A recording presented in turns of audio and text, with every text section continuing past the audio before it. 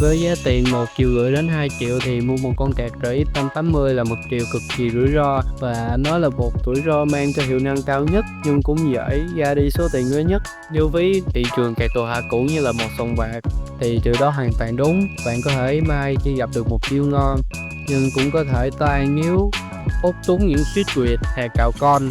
Và vậy làm thế nào để chơi game an toàn mà không cần cầu nguyện mỗi lần bật máy lên? Hôm nay mình sẽ nói về một anh chàng khiêm tốt mà nhiều người bỏ qua, đó chính là con RTX 1650.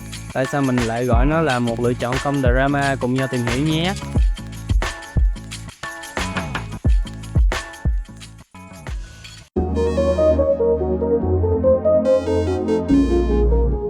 Các bạn ơi, thấy đấy, một con card RTX 1650 là một trong những con card ăn ít điện nhưng lại cho hiệu năng cao nhất với mức điện của nó tiêu thụ. Đối với con card đó thì ăn khoảng 75W điện, tương đương với một bóng đèn LED công suất trung bình. Trong khi đó thì một con card RTX 3070 ngốn tận 220W, gần bằng một chiếc nồi cơm điện mini. Điều này có nghĩa là bạn không cần phải mua một bộ PC với một cái nguồn cực kỳ khỏe, mà với một chiếc nguồn khoảng 250W thì cắm vào là chạy luôn, không cần cắt thêm nguồn phụ hay gì lần nhận cả.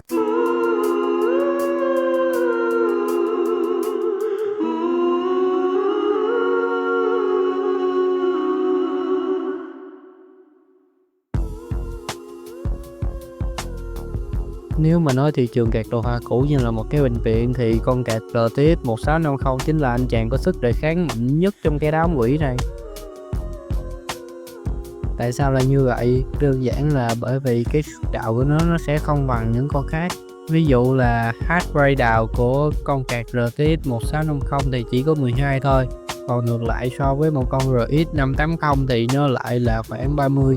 Vì thế ra là mạnh cỡ 2,5 lần đó.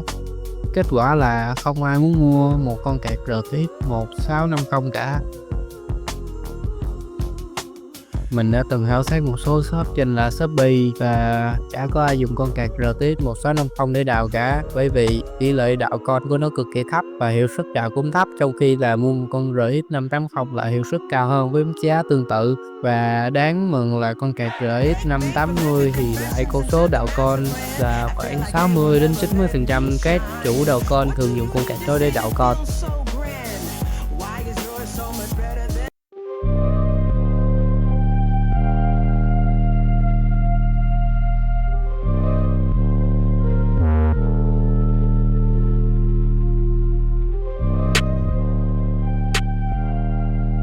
Đối với Vega RTX 1650 không ai dùng nó để đảo con cả, vì thế nên việc nó không chạy full 100% công suất cũng như là việc chạy 24/7 thì hiệu năng tới của nó cũng sẽ được cao hơn một chút so với những con card cũ dùng để đi đảo con khác.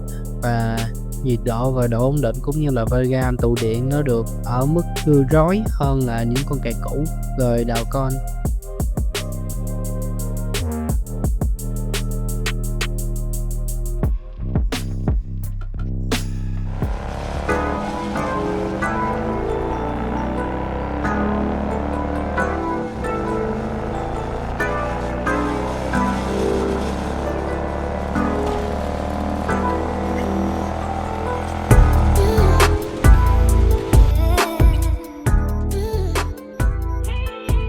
Đầu tiên trong danh sách của các game hôm nay chúng ta sẽ test, chúng ta có Cyberpunk 2077.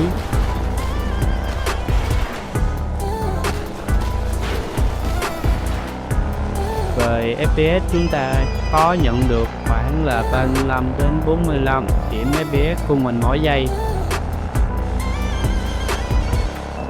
Và GTX 1650 cũng đã gần khoảng 98 đến gần 100% hiệu suất tổng giải chi trị xe toàn map trong thành phố. Và setting tôi đang để là setting medium ở độ phân giải 1080 và có bật công nghệ FSR ở mức quality.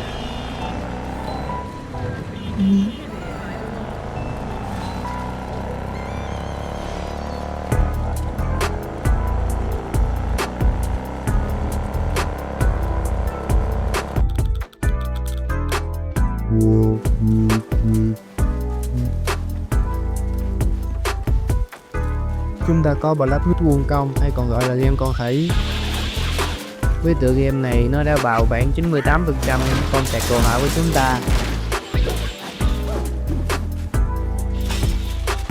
Và Phantom thì nó khá là ổn định, và khi combat thì có FPS nó có thể cắn thâu cũng phải 30 tấn FPS trên giây. Và setting mình đang đợi là setting 1080 và với độ phân giải thấp nhất cùng với FSR Quality.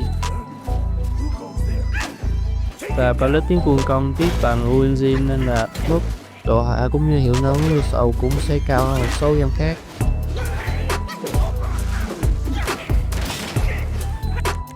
Chúng ta có GTA 5 phiên bản Legacy ở mức thiết lập độ phân giải 1080 và mức setting là mức cao.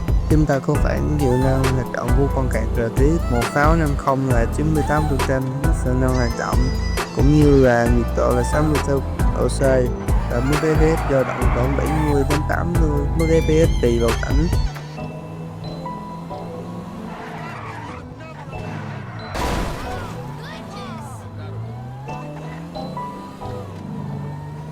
Do game này đã ra mắt khá lâu và chỉ tốt trên các con card đồ họa yếu cũng như là ổ cứng HDD.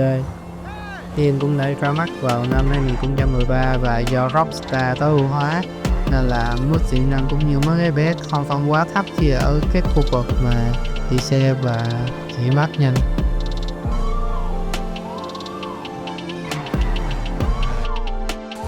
Với Red Dead Redemption 2 cũng chung là sản xuất với Rockstar nên là tối ưu cũng tốt nhất trong cái đám quỷ này. Với cài đặt độ phân giải là 1080p cùng với setting medium và tất cơ bắp là ultra. Chúng ta có mức FPS loanh quanh phải 40 đến 55 FPS tùy vào khu vực. Và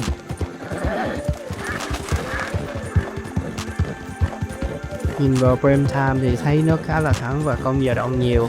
Mức FPS 1% cũng như min-max và AVG thì nó khá là ngang nhau, vì thế nên là con card này luôn giữ game ở mức chơi ổn định, không dao động quá nhiều.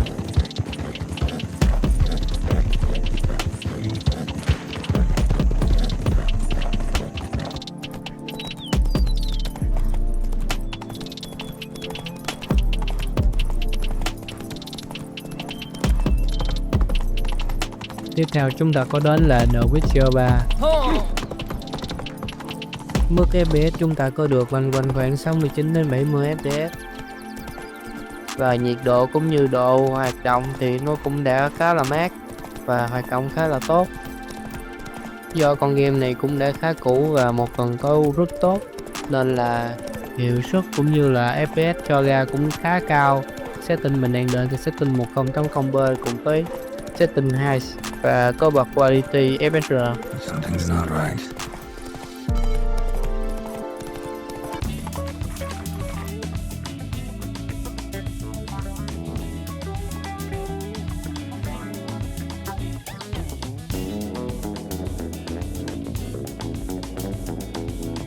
Tổng kết lại thì một con card RTX 1650 vẫn là một lựa chọn tốt nếu bạn là một người thiên về an toàn hơn là hiệu năng trên giá thành. Còn về hiệu năng thực tế thì nó cũng tương đương với một con RTX 1060 và một con RX 570. Vấn đề lớn nhất của nó đó chính là giá thành khá là cao, khoảng từ 2,5 triệu đến 3 triệu khi mua một con hàng cũ. Nhưng ưu điểm lớn nhất của đó là gần như không có con card nào để đi đảo con, bởi nó không đảo tốt và chắc chắn là an toàn sẽ xài hiệu quả trên 5 đến 7 năm nếu bạn mua một chiếc cũ. Ok, đó là video trải nghiệm của mình về con RTX 1650. Nếu bạn thấy video mình hay, các bạn có thể nhấn like, đăng ký kênh cho mình để mình có động lực để thêm nhiều video mới nữa. Mình cảm ơn các bạn rất nhiều.